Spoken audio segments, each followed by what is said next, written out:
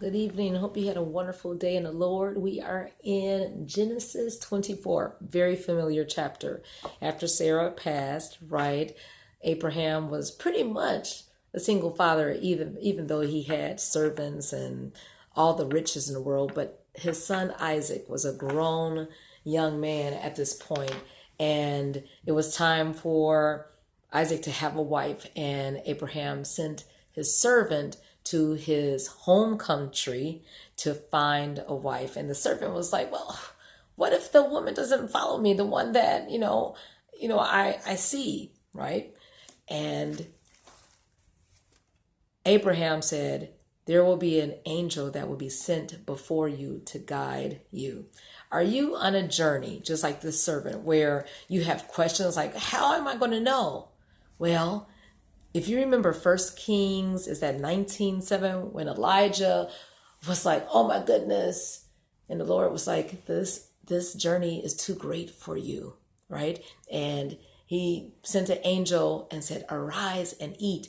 And he fed him and he nourished him. Guess what? If you're in a single parent journey, like Abraham, or maybe any type of challenging journey, know that the Lord will send an angel before you and he will nourish and strengthen you, right? And we know that there are 67 verses to this chapter. And at the end, Isaac gets his wife, right? They are, they're united together. And it says that he loved her and he was comforted after his mother's death. But Timotheus has something about verse 8. Take it away. Yes. If the woman doesn't want to come back with you, then you'll be free from this oath that you swear to me.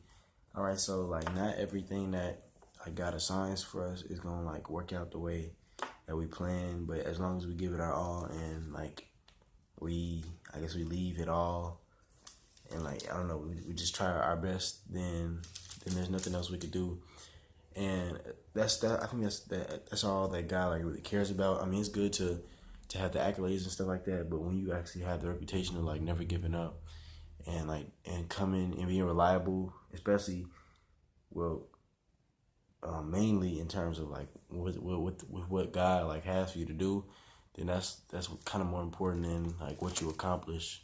So I mean, that's why I just want to be the one who can do my best. And yeah. Amen. Do your best. And you know what? While you're on this journey of doing your best, in verse 26, after the servant found Rebekah at the well because she gave him water and the camels water, what did the servant do? He worshiped the Lord.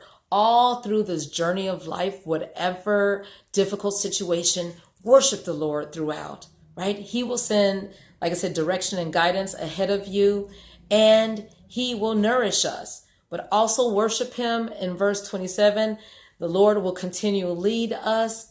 And guess what? He's going to give us some tangible blessings along the way, just like Abraham.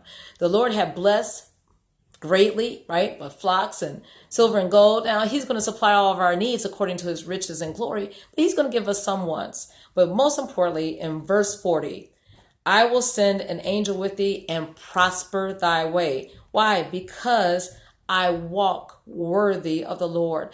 I please him. I listen to him. And I know you want to do the same in this difficult journey that you might be on. Listen to the Lord. Worship him. Know that he's going to nourish and strengthen and follow his direction. And do your best. And